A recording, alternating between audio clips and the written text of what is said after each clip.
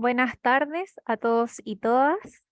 Desde el Ministerio de Salud les damos una cordial bienvenida a este webinar en el marco de la celebración del Día Mundial de la Concienciación sobre el Espectro Autista y la promoción de la Ley 21.545, que establece la promoción de la inclusión, la atención integral, la protección de los derechos de las personas con trastorno del espectro autista en el ámbito social, de salud y educación.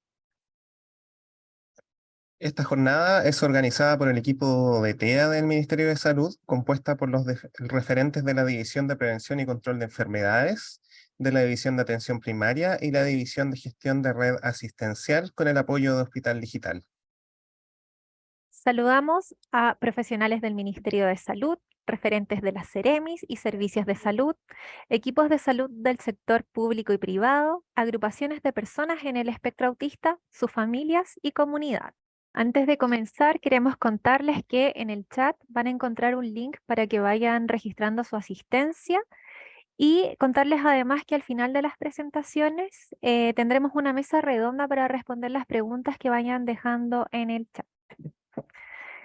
Entonces, para comenzar, presentamos a Constanza Piris, jefa del Departamento de Rehabilitación y Discapacidad de la División de Prevención y Control de Enfermedades de la Subsecretaría de Salud Pública, y a Margarita Ramos, referente de Rehabilitación y Discapacidad de la División de Atención Primaria de la Subsecretaría de Redes Asistenciales, quienes nos hablarán del rol del sector salud en la implementación de la Ley 21.545, más conocida como Ley TEA. Bienvenidas a ambas. Muchas gracias, María Paz Medel. Gracias a todos los que se han conectado. Superamos los 500 por el Zoom de Hospital Digital, por lo tanto ahora la transmisión está por el canal de Hospital Digital, pero en YouTube. Así que ahí debieran ingresar por ahí porque ya el Zoom no resiste más de 500 personas. Entonces, por el canal YouTube pueden ingresar directamente a ver la presentación. Como les comentaba María Paz, vamos a tener una mesa redonda, ¿cierto? Donde ahí va a participar el equipo de División de Atención Primaria, Nicolás Fierro, Lorena Vera, el equipo de DIPRESE va a estar representado por María Paz Araya, y de la División de Gestión de la Red Asistencial va a estar Eduardo Artiga, que es para que un poco conozcan también el equipo, que somos más, pero que está detrás de todo este trabajo que se está desarrollando. Gracias a la palabra de la subsecretaria Albagli y de la jefa de la División de Atención Primaria, María Soledad Martínez, porque ha sido un trabajo bien importante de todas las divisiones, no solamente con el equipo técnico que ustedes han visto, han escuchado, sino que también un apoyo importante de gabinete, desde las mismas autoridades, y también de los departamentos de presupuesto, de infraestructura, de inversiones, porque este es un despliegue importante porque va a permitir la instalación de la red de rehabilitación en la atención primaria de salud, que como bien dijo la subsecretaria, ha sido bien limitada. Entonces este es el puntapié para instalar en la red asistencial, sobre todo con un enfoque en la atención primaria de salud. ¿Por qué vamos a hablar del rol del sector salud en la ley? Porque comprenderán que la ley habla en el ámbito social de la salud y la educación, ¿ya? Y este ministerio condujo el proyecto de ley, por lo tanto es importante empezar a dar las énfasis y dar a conocer la ley, pero también con un fuerte componente cuál va a ser el rol nuestro en este trabajo. Qué importante destacar que el Ministerio empezó a trabajar en esta temática el año 2021 con la Estrategia Nacional de Salud, ¿cierto? Donde se releva dentro del objetivo de impacto de funcionamiento y discapacidad, desarrollo integral infantil, pero también con un énfasis en las personas, ¿cierto?, con trastorno del espectro autista. Es un trabajo que está comprometido dentro del Plan Nacional de Salud, por lo tanto tiene una necesidad imperiosa y también de proyectarse en el trabajo para esta década. Vamos a ir revisando ciertos aspectos de la ley. Yo entiendo que la pueden leer, pero no es lo mismo contextualizar por qué se definen ciertos criterios en la ley que son parte de la discusión, que en general las organizaciones sociales muchas veces o los equipos de profesionales o de técnicos en salud o de educación desconocen un poco de cómo se condujo el trabajo hasta acá. habla de la promoción de la inclusión, atención integral y la protección de los derechos de las personas con trastorno del espectro autista en el ámbito social, de salud y educación. ¿Ya? Son términos importantes para hablar de promoción, pero hay un énfasis importante en la atención integral y la protección de los derechos de las personas. Dentro de la estructura del marco normativo tiene diferentes títulos donde dentro de las disposiciones generales se habla que es un derecho a la igualdad de oportunidad y resguardar la inclusión social de niños, niñas y adolescentes y adultos con trastorno del espectro autista. O sea, hace un énfasis en el curso de vida hacia a esta población, ¿cierto? Eliminar cualquier forma de discriminación y promover un abordaje integral de dichas personas en el ámbito social, de la salud y de la educación. Y concientizar a la sociedad sobre esta temática. Y ha sido un trabajo que este ministerio ha conducido desde el día que se promulga la ley. Y este es un contexto también orientado a ello. ¿Qué se destaca también del abordaje integral? Que acá no solamente habla de salud, sino que el componente social y educación como clave en el desarrollo de estas personas, ¿cierto? En la ley se habla de persona con trastorno del espectro autista. ¿Ya? Y lo describe y lo presenta como una diferencia o diversidad en el neurodesarrollo típico, que se manifiesta en dificultades significativas en la iniciación, reciprocidad y mantención de la interacción y comunicación social, ¿cierto? Al interactuar con los diferentes entornos donde las personas están inmersas, así como también conductas o intereses restrictivos o repetitivos. Cuando hay una dificultad significativa en estas áreas, ya se puede hablar de ciertas dificultades como trastorno, lo que requiere contar con un diagnóstico, y en las personas que así les parezca también pueden calificar y certificar la discapacidad. Habla también de la persona cuidadora, y esto es un énfasis importante que se hace respecto a los cuidados que se requieren en general en el curso de vida, pero también focalizado a este grupo de población que hace mención la ley, que son las personas del espectro, ¿cierto? Y hace énfasis en la misma definición que plantea la ley 20.584 sobre los derechos y deberes que tienen las personas en relación con acciones vinculadas a su atención en salud. ¿Qué es lo más valioso de esta ley? Más allá de la implementación como tal, sino que son los principios fundamentales que tiene.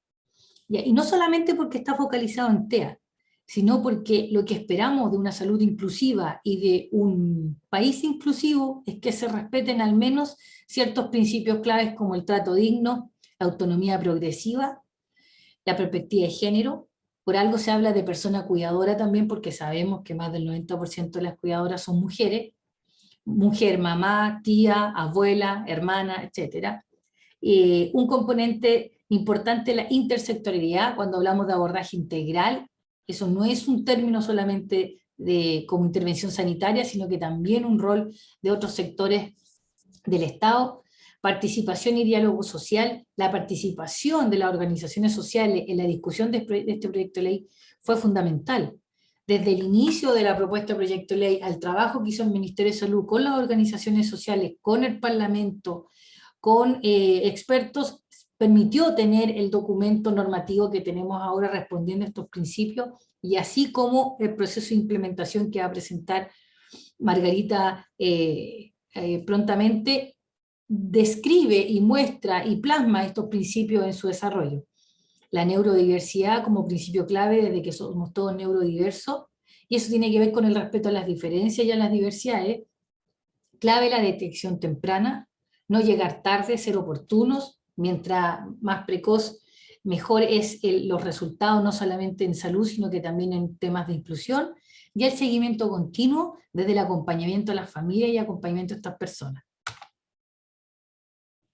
De los deberes del Estado, en general, para toda persona que tiene alguna limitación, ¿cierto?, en el funcionamiento por una condición de salud, no solo trastorno del espectro autista, disminuir y eliminar las barreras para el aprendizaje, la participación y la socialización. Por eso hacemos énfasis que este proyecto de ley y el trabajo de la implementación también va a permitir un cambio cultural frente a cómo abordamos la misma diversidad. Medidas necesarias para prevenir y sancionar la violencia, el abuso y la discriminación, abordaje integral que contenga investigación científica, detección temprana, servicios de apoyo, campañas de concientización, incorporarse en las encuestas de los estudios poblacionales, accesibilidad universal, etcétera, derechos sexuales y reproductivos, y herramientas de comunicación aumentativa, alternativa para niños y niños como parte de las ayudas, ¿cierto? En el sentido de disminuir o eliminar las barreras del aprendizaje o de la comunicación.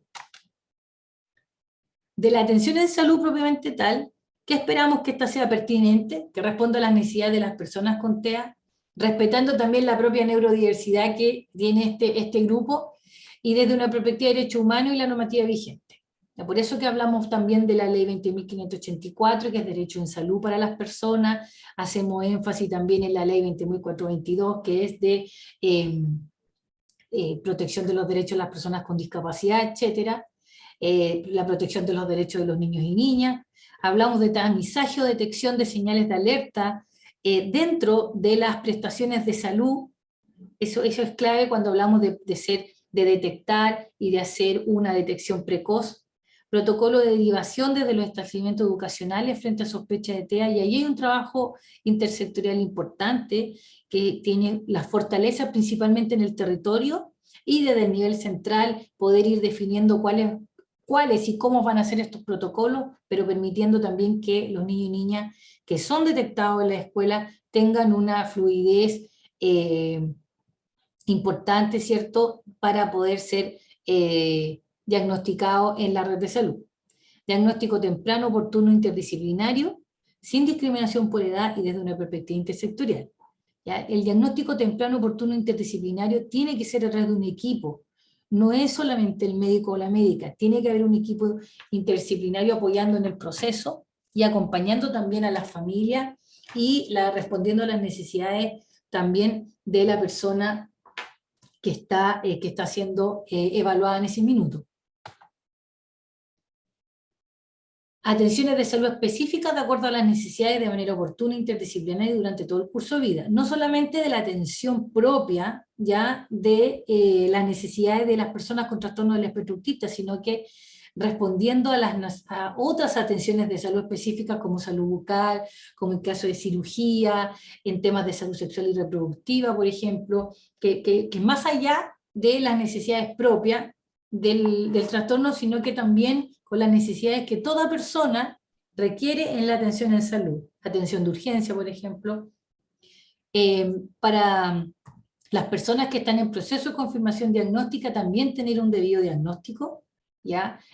Con tiempos resguardados también, y por eso el equipo también tiene que velar porque así sea. También informar a las personas sobre solicitar voluntariamente la calificación y certificación de discapacidad. Eso va a ser rol también y funciones de los equipos de salud para poder informar y que las personas tomen la decisión de solicitar voluntariamente, pero de un marco informativo. Derecho al acompañamiento a la atención ambulatoria o hospitalización de parte del cuidador o cuidadora de una persona significativa, no solamente en niños, niñas y adolescentes, sino que también en el adulto. Que el equipo esté debidamente capacitado, ¿cierto? Y que sea una formación continua. Así, con todo esto requiere que se dicten protocolos, normas técnicas o reglamentos. En general, nuestras nomenclaturas son orientaciones técnicas y protocolos, ¿cierto? Lineamientos de atención que facilite y oriente el trabajo de los equipos territoriales que van a presentar brevemente Margarita más adelante. Educación inclusiva de calidad, ¿cierto? Y promover que se generen condiciones necesarias para el acceso a los establecimientos educacionales, formación y acompañamiento a la trayectoria educativa. Ese es un rol importante del Ministerio de Educación y que van a contar con todo el apoyo nuestro para poder hacer un trabajo coordinado, ¿cierto? Con un fuerte enfoque territorial también. Y como disposiciones finales, es que en marzo de cada año se dará cuenta el Estado de los avances de la implementación, Por eso que es importante también que nosotros podamos hacer una bajada de esto a los territorios para que ustedes sean nuestros propios informes complementarios de cómo se está implementando eso, cuáles son los nodos críticos que se están presentando, informar a través de los servicios de salud, de las Ceremis también, dar las alertas que quizás nosotros, por más que hagamos despliegue territorial, no vamos a poder llegar a cada espacio. Habla también de los procedimientos judiciales que faciliten, ¿cierto?, y generen espacios de apoyo para poder informar acordemente a las personas, y padres y madres o tutores legales que frente a una emergencia puedan acudir a responder a las necesidades de su hijo o hija, ¿cierto?, o persona cuidada con TEA, y esos son protocolos que va a hacer el Ministerio del Trabajo, la Dirección del Trabajo, y que también van a poder contar con nuestro apoyo si así lo ameritan. Las disposiciones transitorias, que esto es lo importante porque son los plazos que nos mandata la ley, principalmente el Ministerio de Salud. Cuando hablo del Ministerio de Salud hablo de servicios, de Ceremi, ya de los equipos en general del sector salud. En 3 meses debiéramos lograr el mayor porcentaje de detección de trastorno del espectro autista entre los 16 y los 30 meses, que esa es la aplicación del MChat en la supervisión de salud integral, ¿cierto?, de los niños y niñas. A los 6 meses, aumentar otro rango etario, ¿cierto?, de entre los 30 y los 59 meses dentro de la misma supervisión. Ya para el año 2023, ya a los 12 meses, tener una evaluación de la incorporación de TEA a las garantías explícitas en salud, diseño del primer Estudio Nacional de Salud Infantil, que la subsecretaria comentó en su minuto que estaría aproximadamente para el 2025, porque requiere de un diseño importante, no solamente para TEA, sino para toda la población infantil, y elaboración de protocolos con participación ciudadana, que ahí son las orientaciones técnicas que le van a dar sustento a la formación continua y a la implementación de la ley desde la medicina basada en evidencia, pero también desde la experiencia de las organizaciones sociales y de la experiencia de los territorios. Ya el 2024, a lo cumplido ya 2 años desde publicada la ley, debiéramos contar con al menos una sala de servicios de apoyo y rehabilitación en los servicios de salud. En al menos una sala por servicio de salud. Ya tendrían 29 salas en general. Y ahora voy a dejar con usted a Margarita, que va a finalizar la presentación con la implementación. Gracias, Constanza. Saludarlos primero a todos, agradecerles el tremendo interés. Ya vamos en 700 personas conectadas solo por el link de Zoom, además quienes puedan estar viendo la presentación desde el enlace de YouTube, así que agradecer el interés. A partir de lo que Constanza presentaba, la idea es que en esta última parte de la presentación, o en la segunda parte, contarles un poco cómo estamos visualizando, cómo nos estamos organizando, y cuáles son aproximadamente los plazos para que ustedes empiecen a ver medidas concretas, porque entendemos ya en algunas otras instancias y las preguntas que nos van apareciendo en el chat, ¿cierto?, son respecto de acciones concretas que vayamos a hacer como sector salud en tanto la implementación de esta ley. Entonces, contarles primero, que también ya lo mencionamos al inicio, dentro del nivel central de MinSal existe una mesa. Voy a partir por la mesa que se está trabajando a nivel del gabinete, ¿verdad?, el gabinete de la ministra, con organizaciones sociales de las personas con TEA, familiares y cuidadores. Estas mismas organizaciones, como decía Constanza, participaron del desarrollo del proyecto de ley, ¿verdad?, y en aquella negociación. También existe, y gran parte de los que estamos aquí, más algunas otras personas que hoy no pudieron conectarse o que están conectadas pero no las ven ustedes como anfitriones, formamos el equipo de la mesa técnica del ministerio, ¿sí?, constituido por equipos técnicos de la División de Prevención y Control de Enfermedades, de la División de Gestión de la Red Asistencial, que es más nivel secundario y terciario, y de la División de Atención Primaria. Además, por supuesto, en el desarrollo, sobre todo en los lineamientos técnicos, hay mucho trabajo con grupos de expertos, academias y sociedades científicas. La que sigue. Gracias. Este trabajo nosotros esperamos desde el proceso de implementación, y para eso, sobre todo desde redes asistenciales, nosotros hemos solicitado a los equipos de los servicios de salud, y bueno, y también desde pública a los equipos de la Ceremis, ¿verdad? Que vayan constituyendo equipos que tengan esta misma composición, o una composición similar a la que nosotros hemos venido trabajando desde el proceso de tramitación de la ley, ¿verdad? Referentes de infancia, adolescencia, Chile crece contigo, salud mental, rehabilitación. La intención del abordaje, lo que plantea la ley, y también lo que nosotros estamos trabajando desde nivel central, es un abordaje integral y enmarcado en el curso de vida. La ley hace especial énfasis en la infancia y la adolescencia, pero también vamos a desarrollar estrategias para el abordaje de las personas adultas en el espectro autista. Lo que sigue... A grandes rasgos, yo sé que pueden tener preguntas más específicas, pero a grandes rasgos nosotros estamos trabajando, ya se hizo un proceso de consulta, un documento de lineamientos, que es el primer documento de trabajo, ¿verdad?, para empezar el desarrollo de la implementación, ¿ya? Y los énfasis que tiene es la detección temprana, evaluación diagnóstica oportuna e integral, el foco siempre puesto, el foco del abordaje terapéutico siempre está puesto finalmente en la recuperación de la participación social o en el logro de la inclusión social si esto no estaba desarrollado, y por lo tanto tiene un fuerte componente de coordinación intersectorial.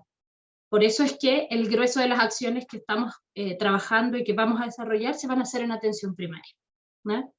Entonces, se van a instalar equipos multidisciplinarios en atención primaria, vamos a trabajar en conjunto con los niveles, con el nivel secundario para hacer consultoría y diagnóstico diferencial. Se va a trabajar coordinadamente, y vi pasar alguna pregunta ya respecto de cómo va a ser el trabajo con educación, ¿ya? Tiene un tremendo componente de trabajo de coordinación y de transferencia técnica con las escuelas, con los espacios educativos, pero también con los espacios laborales, ¿no? Y con la comunidad. La intervención siempre en todos los niveles se va a desarrollar desde lo multidisciplinario, ¿no? Y por supuesto que con la centralidad de la persona, teniendo a la base, ¿cierto?, modelo de atención de salud familiar, el modelo de redes integradas de servicios de salud, ¿sí?, el modelo de salud mental comunitario, el modelo NANEA, rehabilitación basada en comunidad, etcétera, ¿ok? Y como principios rectores de todo este desarrollo está el trato digno, la autonomía progresiva, ya que el foco está en niños, niñas y adolescentes, y la comprensión, ¿verdad?, de la neurodiversidad. Si bien esta ley plantea, y es conocida como ley TEA, desde su gestación y su desarrollo se trabajó con las organizaciones para entender también que las respuestas que nosotros desarrollemos, tanto en salud y probablemente en educación igual, son respuestas que van a toda la neurodiversidad. Por lo tanto, si un niño, niña, adolescente, al finalizar su proceso diagnóstico no tiene TEA, en ningún caso eso debiese significar, ¿verdad?, que se quede sin atención. La que sí. ¿Cuáles son los componentes de esta atención de salud integral para las personas con TEA? Nosotros estamos todavía trabajando en el desarrollo de las orientaciones y de los lineamientos, ¿okay? La sospecha o pesquisa de señales de alerta, de ahí que el énfasis, y incluso en el mismo marco legal se hace referencia, ¿verdad?, a fortalecer la pesquisa. La evaluación integral, el trabajo en redes, manifestado fundamentalmente en consultoría, diagnóstico diferencial en el nivel de especialidad,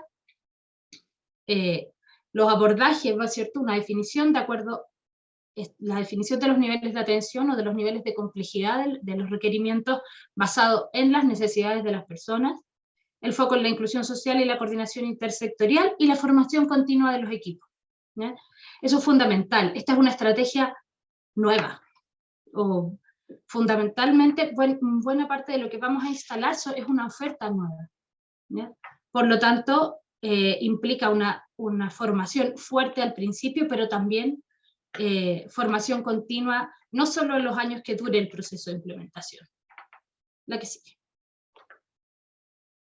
¿Y cuáles son las fases entonces? Si recuerdan, en la última lámina de la primera parte que presentó Constanza, se plantea que la ley establece plazos, y establece plazos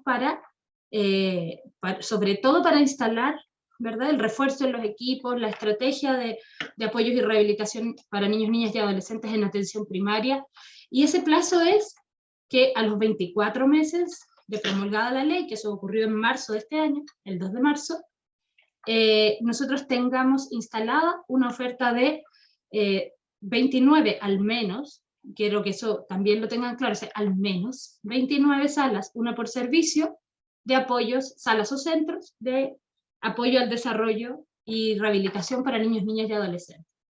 ¿Qué estamos haciendo este año entonces? Este primer año es un año de preparación para la implementación.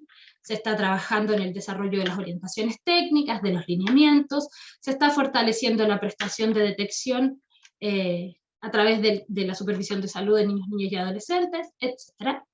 Y estamos preparando también el desarrollo de la solicitud, la formulación presupuestaria para el 2024, para los distintos niveles de atención, para poder instalar esta estrategia nueva, pero también refuerzo en algunas estrategias que ya tenemos. La implementación está pensada como una implementación que va a ser progresiva, por lo tanto tenemos 3 años para llegar a la oferta que nosotros tenemos, que se estima que será nuestra oferta final, o cuando consideremos que la ley ya está funcionando completamente, ya eso lo llamamos en régimen, por lo tanto estamos en preparación para la implementación, luego entre 2024 y 2026, proceso de implementación propiamente tal, y consideramos que la ley se encuentra completamente en régimen desde 2027 en adelante. La que sigue. Entonces, ¿qué vamos a hacer este año? Estamos trabajando fundamentalmente, bueno, les decíamos, ¿no? Tenemos un equipo compuesto por profesionales de ambas subsecretarías, y ahí cada uno tiene focos en los que concentrar sus esfuerzos. Desde redes asistenciales el foco va a estar puesto sobre todo en diagnosticar las redes en conjunto con los equipos de los servicios de salud. Esos diagnósticos deben considerar los recursos existentes, los recursos potenciales, porque esta ley también, al ser una ley y una problemática, incluso más allá de la ley, levantada por la sociedad civil, sabemos que desde los territorios tenemos respuestas locales que se han ido desarrollando. Entonces, esos recursos que ya existen, o que los territorios han ido identificando, y han ido, o piensan ir generando dentro de este año, son recursos que nosotros debiéramos levantar para poder articular de mejor manera la implementación de la ley. Y por supuesto que los nuevos críticos. Vamos a empezar con nuestro proceso de formación continua. Yo les decía que la primera parte va a ser muy intensa, y eso vamos a partir ya este año. Ya se ha priorizado la capacitación en TEA desde el PAC de capacitación de atención primaria, desde nivel central se está preparando una capacitación, o más de una capacitación a través de las plataformas, como la plataforma CIADO similar, para poder ir preparando el terreno, también desde la formación de los equipos que ya tenemos, acompañamiento técnico, acompañamiento a los equipos que están en la atención, pero también a los equipos que están en la gestión. Instalar una estrategia nueva en las redes de salud no es algo fácil, y para eso también nosotros vamos a estar desplegados tanto en las redes de salud, las redes de atención, pero también desde salud pública con los equipos de las CEREMS. La que sigue. Como les decíamos, vamos a hacer también el trabajo, y ya estamos trabajando con el equipo de la División de Presupuesto del Ministerio de Salud en la formulación presupuestaria, y eso partió el trabajo dentro del proceso de tramitación de la ley. Si alguno de ustedes lee la historia de la ley en la página del Congreso, va a ver que se hizo un pre-ejercicio, o un ejercicio previo más bien, de cálculo de cuánto presupuesto, y a partir de eso, teniendo eso a la base, estamos realizando la formulación presupuestaria para el próximo año, ¿ya? Para instalar esta estrategia de apoyo y rehabilitación para niños, niñas y adolescentes en atención primaria, para fortalecer los equipos de atención primaria en el diagnóstico, en la detección y el diagnóstico, pero también para fortalecer el nivel de especialidad, ¿ya? Y una de las cosas que nos parece muy importante de relevar es que Este trabajo de formulación presupuestaria, a diferencia de otros que hemos desarrollado antes, es un trabajo que esperamos y que estamos haciendo coordinados desde el día 1. Donde se vaya a fortalecer APS, vamos a ir a fortalecer el hospital, de tal manera de que el desarrollo de la red sea un desarrollo sincrónico, ¿no? Parte de ese proceso también implica la formulación de un ex-ante, ¿sí? Que es una propuesta de programa social y que nos da el marco operativo, finalmente, ¿no? Como programa social, de lo que va a venir a ser la estrategia de rehabilitación, de apoyo y rehabilitación a niños, niñas y adolescentes. Y el trabajo con las mesas, que se las nombramos al principio, se las nombré al principio de mi presentación, ¿cierto? La mesa con las organizaciones, el trabajo de nuestra mesa de interdivisiones, nuestra mesa interna como ministerio. Vamos a desarrollar mesas de trabajo por macro red también, para poder operacionalizar ese acompañamiento técnico permanente que mencionaba en la diapositiva anterior, y el trabajo del desarrollo de la orientación técnica. La que sigue.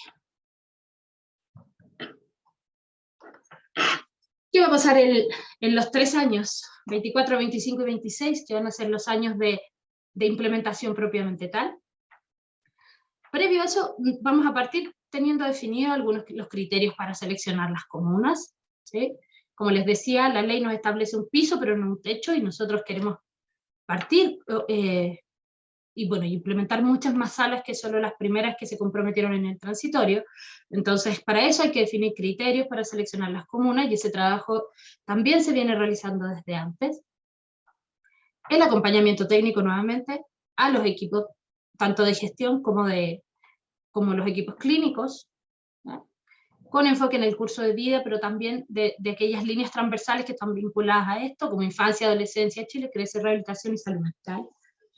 La formación continua, ¿sí? En diagnóstico, a los equipos que van a hacer las intervenciones terapéuticas, formación en trabajo con el intersector, todo lo que declaramos al principio que van a ser los focos de trabajo de la red, o de esta nueva red de rehabilitación infantil, o de este refuerzo, necesariamente requieren formación continua, ¿sí? De los equipos que ya estaban, pero también de aquellos equipos que se vayan contratando para hacer este trabajo. La que sigue. Y del 2027 en adelante, con la ley en régimen, se mantendrá el proceso de acompañamiento técnico permanente, el monitoreo, evaluación y mejora continua respecto de no solo del trabajo de los equipos, ¿verdad? Que para eso esperamos tener buenos diseños evaluativos del programa que se implemente y tal, sino que también del proceso completo, desde lo que hacemos nosotros en nivel central hasta lo que van a hacer los equipos a nivel local.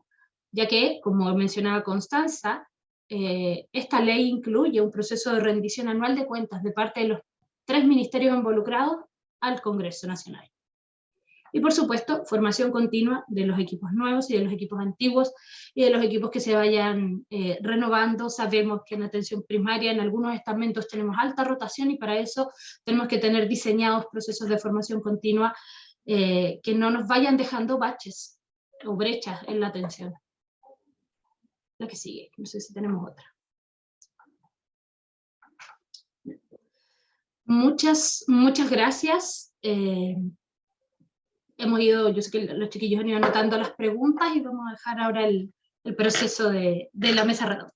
Agradecer nuevamente a Constanza y a Margarita por la presentación que realizaron. Y a continuación vamos a dar paso a la mesa redonda. María Paz. Muchas gracias, Cristóbal. Muchas gracias, Margarita y Constanza.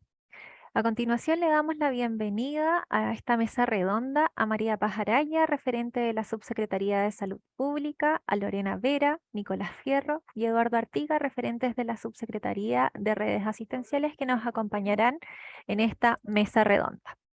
Aprovechamos de agradecer todas las preguntas que nos han ido dejando en el chat y la tremenda participación, porque tenemos tanto por el acceso a Zoom como por Hospital Digital. Tenemos 1000 participantes, así que muchas gracias por su participación. Para comenzar, bueno, como les decía, hay muchas preguntas, así que una de las primeras preguntas que nos llegó tiene que ver con si ha habido alguna discusión con respecto al uso de la palabra trastorno, considerando que el espectro autista es parte de una condición del neurodesarrollo. Entonces invitamos a María Paz Araña que nos pueda responder esta primera pregunta. Muchas gracias, Maripaz.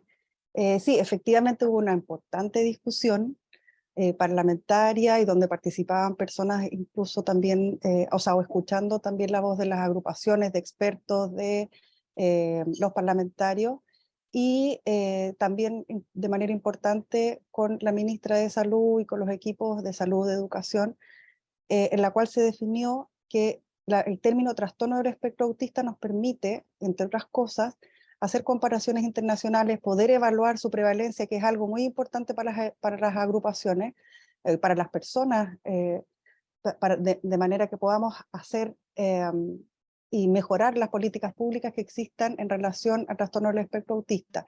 Entonces, dado eso, se definió utilizar el término trastorno del espectro autista, que nos permitía comparar, es el término que utilizamos también en salud, que permite de una manera más fácil llevar los sistemas de registro. Sin perjuicio de ello, se definió el principio de neurodiversidad, ¿ya?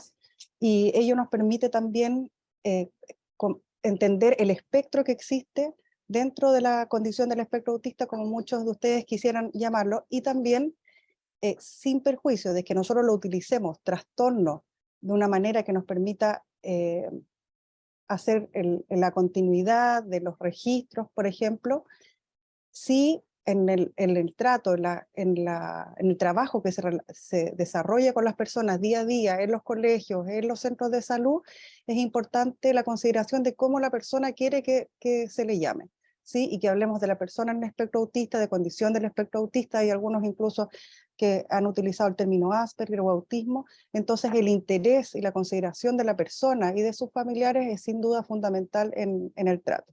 Pero la ley queda la definición de trastorno en el espectro autista, entendiendo como una dificultad significativa, ¿sí? Eso también es clave para la definición de trastorno. Y lo último, a propósito que dicen de discriminación, que eso también es importante, es un llamado al estigma, ¿cierto? A desestigmatizar el término trastorno y más bien comprender de que el trastorno tiene que ser un término que utilicemos y que eso no implica necesariamente aspectos descalificativos o peyorativos, sino más bien tenemos que integrarlo dentro de nuestra sociedad como tal.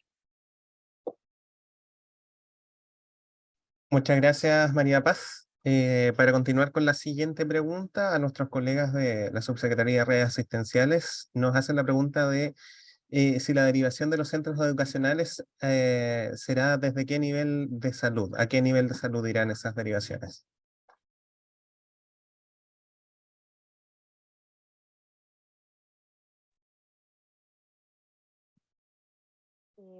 Hola, buenas tardes. Teniendo claro que el concepto de territorialidad y de que finalmente esta implementación va a ser basada en atención primaria, evidente que la derivación tiene que ser hecha a los centros de salud que le corresponde el establecimiento educacional. Es la única forma que se puede ver que el trabajo en red comunal y de ese servicio de salud puede hacer el impacto que se espera en esta ley, que es la inclusión dentro de su comunidad.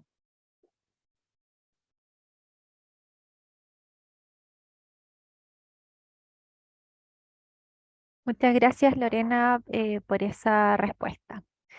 Han llegado varias preguntas relacionadas al tema de los permisos para padres, madres, cuidadores de niños, niñas y adolescentes que están en el espectro autista o tienen trastorno del espectro autista.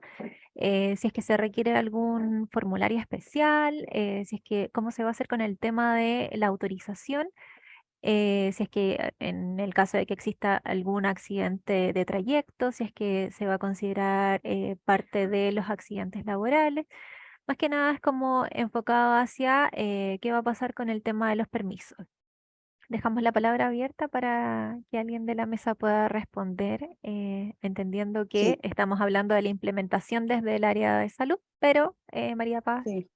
Vamos a la tratar de dar respuesta a ello, sin perjuicio de que puedan ir cada vez mayores aclaraciones sobre esta coordinación con el Ministerio del Trabajo como corresponde, pero lo que establece es que, que el trabajador, o sea, a propósito puntual del formulario, que no es un formulario, sino más bien que el trabajador deberá dar aviso a la inspección del trabajo del territorio respectivo respecto a las circunstancias de tener un hijo o hija o menor bajo su tutela legal diagnosticado con un trastorno del espectro autista. Entonces la coordinación es territorial, puntualmente con la inspección del trabajo, y eso respaldaría entonces todas las acciones de emergencia. Eso también es importante porque aparece luego la pregunta si es que puede ser relativo a las atenciones de salud, así como regulares. Entonces no, esto es una emergencia puntual en los niños, o sea, niños, niñas y adolescentes en el espectro autista.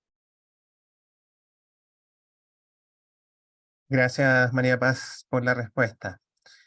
La siguiente pregunta tiene que ver con con la evaluación de las personas mayores, personas adultas, perdón, en el espectro autista, y dice, ¿cómo se podría evaluar a las personas con trastorno del espectro autista en niños mayores, además de la entrevista clínica, tomando en cuenta que no existen capacitaciones en ADOS, ni que tampoco esta está disponible en la APS?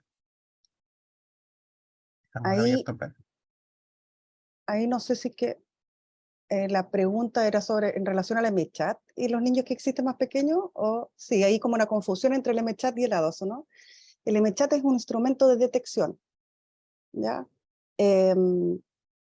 Y lo que hemos visto, y que efectivamente está hasta los 30 meses, lo que hemos visto y hemos revisado evidencia, tuvimos un panel de expertos, de que no hay un instrumento recomendado con evidencia a nivel internacional, ni tampoco nacional, que esa es la conclusión como de consenso, de implementar un instrumento de detección en mayor edad, ¿ya? Y por lo tanto, lo que vamos a orientar, y estamos trabajando en ello, es pautas de señales de alerta, como lo que existe en la guía actual de TEA, de manera a poder hacer una pesquisa temprana efectivamente en aquellos niños y personas en realidad mayores de 30 meses.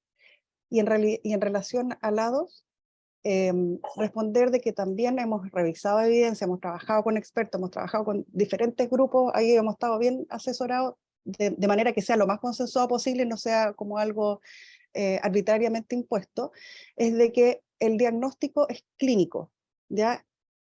Principalmente, o sea, sobre todo clínico y desarrollado por aquellos especialistas, o sea, perdón, profesionales médicos apoyados por equipos multidisciplinarios. Eso también es clave, ¿ya? Y de ahí entonces que estamos tratando de instaurar el diagnóstico a través de los médicos generales, familiares, en la atención primaria apoyado por equipos multidisciplinarios. Y en algunos casos muy puntuales es que pueden ser apoyados con algunos instrumentos diagnósticos, como por ejemplo el ADOS, que no es un instrumento que está validado en Chile, por lo tanto todavía no lo podemos ir sumando y también es muy costoso para la atención primaria, pero que es en casos puntuales. Pero lo que nosotros queremos agudizar es la evaluación, o sea, la evaluación clínica. Muchas El ojo gracias, clínico. María Paz. Sí, de Eso, acuerdo. no De todas maneras, agudizar el ojo clínico. sí, recordar que el diagnóstico es clínico. Eh, Otra pregunta que ha llegado bastante tiene que ver con si será obligatoria la certificación de discapacidad para acogerse a los beneficios de esta ley. No, no es obligatorio. La ley no mandata a certificarse con trastorno del espectro autista, y los beneficios puntuales en salud, sobre todo, como estamos específicamente conversando de salud, no tienen relación con que exista una certificación. Lo que sí, para los beneficios asociados a la ley de discapacidad, sí, para tener esos beneficios tienen que contar con la certificación. Gracias, María Paz. La siguiente pregunta es referida a lo mismo que habíamos hablado la vez anterior de los permisos. A ver, perdón, me equivoqué. Dice, en cuanto a los servicios de salud, la infraestructura actual o espacio físico es reducido, por ejemplo, en los servicios críticos. ¿Cómo se facilitará al acompañante de la persona con TEA el que lo pueda acompañar a sus atenciones?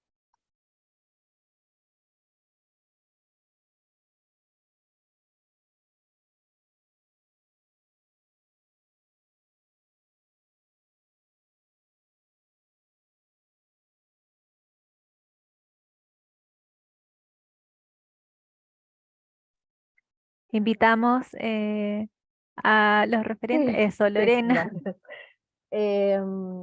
Sí, en verdad, este es un proceso que es largo, el proceso de implementación no es menor, tenemos por lo menos 3, 4 años para poder implementar esto, no solamente en atención primaria, sino que en la red asistencial completa. Por lo tanto, no es algo que podamos dar una respuesta actual. Recuerdo cuando se empezó a trabajar el Hospital Amigo, en los niños, el acompañamiento de niños y de adultos mayores, se exigía la misma pregunta y en algunos casos se ha resuelto y en otros ha sido un poco más difícil. Entonces, estamos trabajando el tema de los PMA, de las infraestructuras que actualmente se están empezando a construir para que queden implementadas durante su construcción, más que empezar a buscar opciones o no necesariamente buscar opciones en lo que ya está. Entonces estamos paralelamente trabajando esos dos temas, pero es un proceso largo. Todos podemos tener claro que no va a ser una implementación rápida y solamente la inversión en infraestructura a nivel hospitalario, especialmente los servicios críticos, perdón, estás hablando UCI, UTI o hospitalización pediátrica, podemos ver que en la red hay una disparidad importante y que tiene que irse subsanando a medida que vaya implementando este proceso. O sea, no tenemos una respuesta eh, de certeza 100%. Tenemos claro de que este es un proceso que tiene brechas y que tenemos que irlo subsanando a medida que se vaya dando. Pero actualmente estamos en el trabajo en el PM, o sea, en los programas médico-arquitectónicos de lo que se está construyendo actualmente. O sea, eso es lo que podemos ir subsanando en este nivel. Muchas gracias, Lorena, por tu respuesta.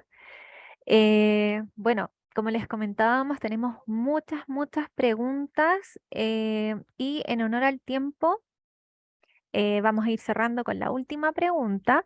Sin embargo, es importante que tengan presente que muchas de estas preguntas van a ser respondidas tanto por los documentos de lineamientos en cuanto a gestión y la orientación técnica que va a tener los insumos más técnicos para la implementación de esta ley. ¿Ya? Y también recordar que vamos a hacer un acompañamiento en distintas instancias, transferencias técnicas, capacitaciones, así que sabemos que este es un tema muy generativo, que hay muchas dudas relacionadas a la implementación de la ley, pero vamos a estar constantemente haciendo un acompañamiento y respondiendo sus preguntas porque sabemos que hay muchas inquietudes. Para finalizar, una de las preguntas que también se ha repetido bastante tiene que ver con la aplicación del MChat y qué va a pasar con los niños y niñas que están fuera del rango de edad. Yo sé que María Paz Araya respondió otra pregunta que se podía relacionar con esto. Sin embargo, repetimos esta pregunta porque ha salido bastante.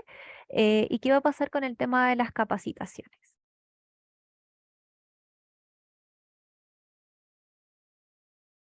Respondo. Tenemos, como señaló Margarita, tenemos un plan de capacitación, ¿ya? De acuerdo a los transitorios que establece la ley, tenemos algunas urgencias más que otras para partir la capacitación. Por ejemplo, el transitorio dice que este año ya tenemos que tener la aplicación del MChat a los niños y por lo tanto vamos a partir con fuerza este año en eso.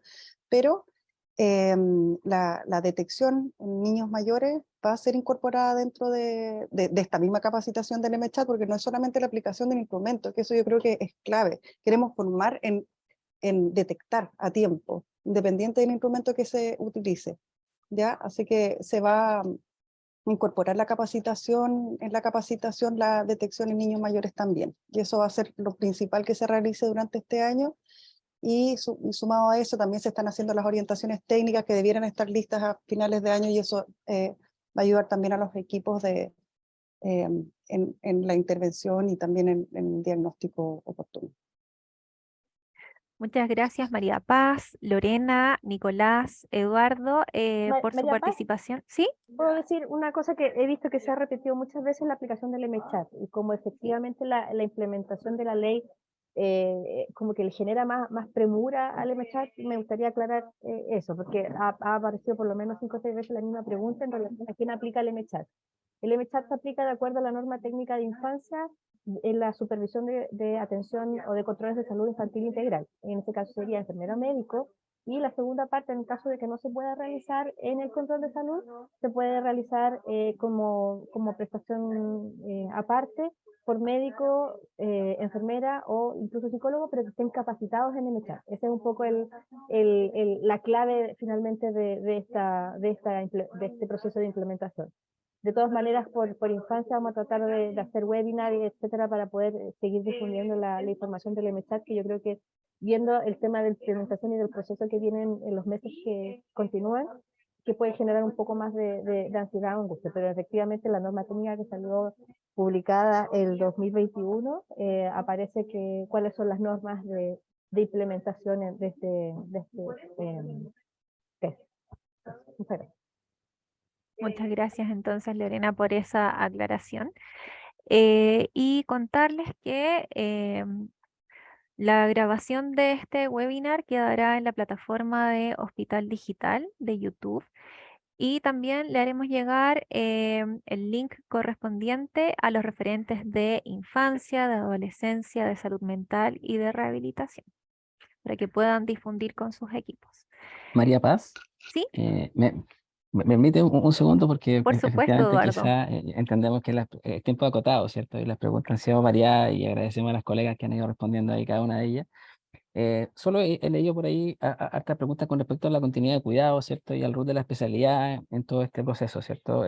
Solo para darle la tranquilidad, ¿cierto? Que esta discusión se ha dado en el marco de que las respuestas de la red de salud, eso es muy importante, y que contempla, ¿cierto?, que desde la atención primaria hasta nivel de atención de especialidad cerrada, en el caso sea necesario, va a tener, ¿cierto?, las condiciones para recibir a esta población y darle respuesta de acuerdo a sus necesidades. Ya, en ese sentido, ¿cierto?, quizás no profundizamos porque el tiempo es muy acotado, ¿cierto?, pero quisimos quizás transmitirle, ¿cierto?, la idea general de que acá, como Ministerio de Salud, estamos enfocados en poder buscar una solución y una respuesta oportuna, ¿cierto?, de calidad a esta población de todo el curso de vida, no solamente población infantil. De aquí ha salido esta pregunta también de población adulta. Entonces, créanme que está pensado de esa manera, de respectiva a cierto curso de vida, pero también que la red de especialidad, en este caso, de acuerdo a las necesidades que tenga cada una de las personas que tengan esta condición, y así lo requieran en ese momento, van a tener acceso a la atención de especialidad, ya sea atención abierta o sea, como les digo, atención cerrada. Ya, yo sé que hay muchas preocupaciones con respecto a estos acuerdos de mayor complejidad, y es importante considerar que efectivamente dentro de lo que hemos conversado está contemplado, ya, para que también tengan esa tranquilidad, ¿cierto?, todos los familiares o personas que están participando en esta instancia. Así que solo se quería precisar para poder dar esa indicación. Muchas gracias, Eduardo. Sí, esa información es muy importante porque sabemos que esto significa un cambio del paradigma al que estábamos acostumbrados asociado a la atención de personas con trastorno del espectro autista, así que entendemos también todas las inquietudes que esto pueda asociar. Margarita, no sé si Sí. algo quieres comentar. Sí, solo agregar algo respecto de la continuidad de las consultas, que veo que ya está apareciendo esa pregunta.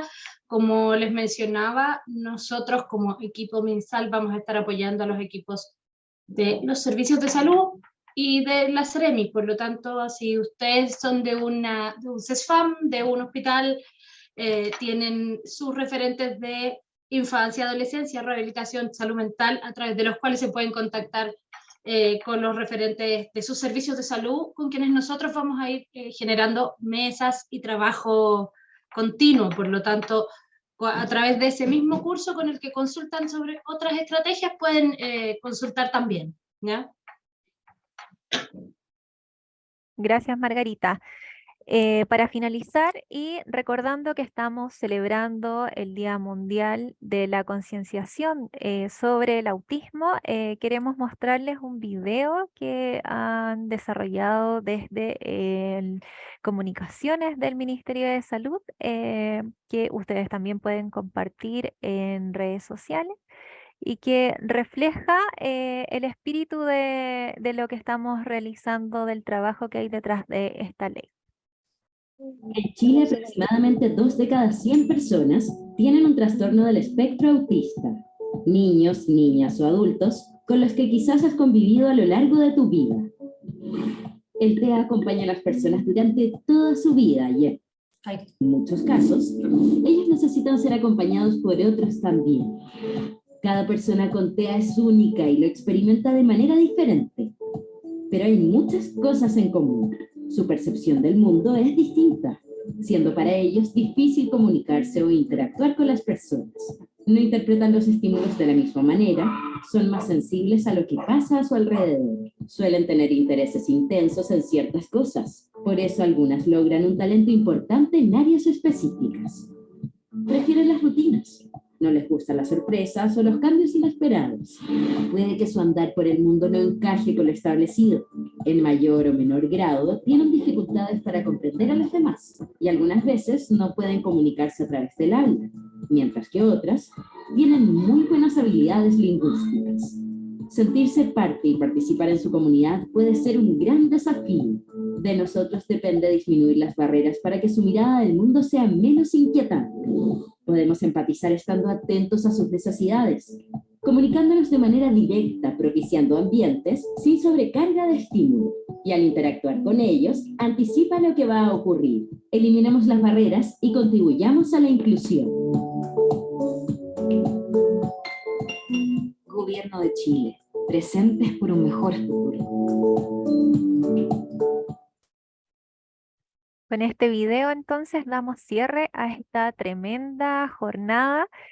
Sabemos que van a venir nuevas instancias donde podemos ir resolviendo las dudas y tienen que saber que el equipo de TEA MinSal, que está compuesto por los integrantes que ustedes ven y un equipo mucho mayor que está detrás de nosotros, vamos a estar ahí acompañándolos para que esta ley se pueda implementar de la mejor forma posible. Muchas gracias. Un abrazo para todos y todas. chao, chao, gracias. Muchas gracias, que estén bien. Buenas tardes.